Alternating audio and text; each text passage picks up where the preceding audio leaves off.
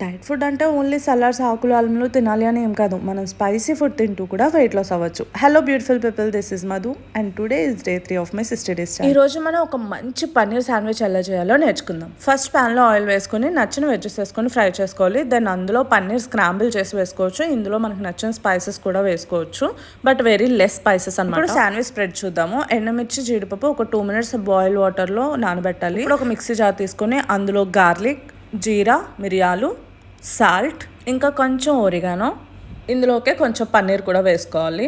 ఇప్పుడు ఇందులో ఆల్రెడీ మనం నానబెట్టిన ఎండుమిర్చి, జీడిపప్పు వేసి కొంచెం కొత్తిమీర, కుదిరితే పుదీనా ఉంటే పుదీనా కూడా వేసుకోవచ్చు. కొన్ని ఐస్ క్యూబ్స్ కూడా వేసాను బికాస్ థిక్గా వస్తుందన్నమాట. సో ఇలా మనం దీన్ని బ్లెండ్ చేసుకున్నాక ఇట్లా వస్తుంది. మన స్ప్రెడ్ రెడీ అయిపోయింది. అంతే, చక్కగా ఒక బ్రెడ్ తీసుకొని దాని మీద స్ప్రెడ్ వేసి దానిపైన మనం చేసుకున్న మిక్చర్ని కూడా వేసి శాండ్విచ్ మేకర్లో పెడితే 2 minutesలో నీ శాండ్విచ్ రెడీ అయిపోతుంది. సో స్పైసీ ఫుడ్ అలవాటు ఉన్న వాళ్ళకి ఇలా టేస్టీగా చేసుకుంటే కన్సిస్టెన్సీ ఉంటుంది, లేదంటే కొన్ని రోజులకే బోర్ కొడుతుంది. ఫుడ్ అయితే నెక్స్ట్ లెవెల్ ఉంది, జస్ట్ రైట్.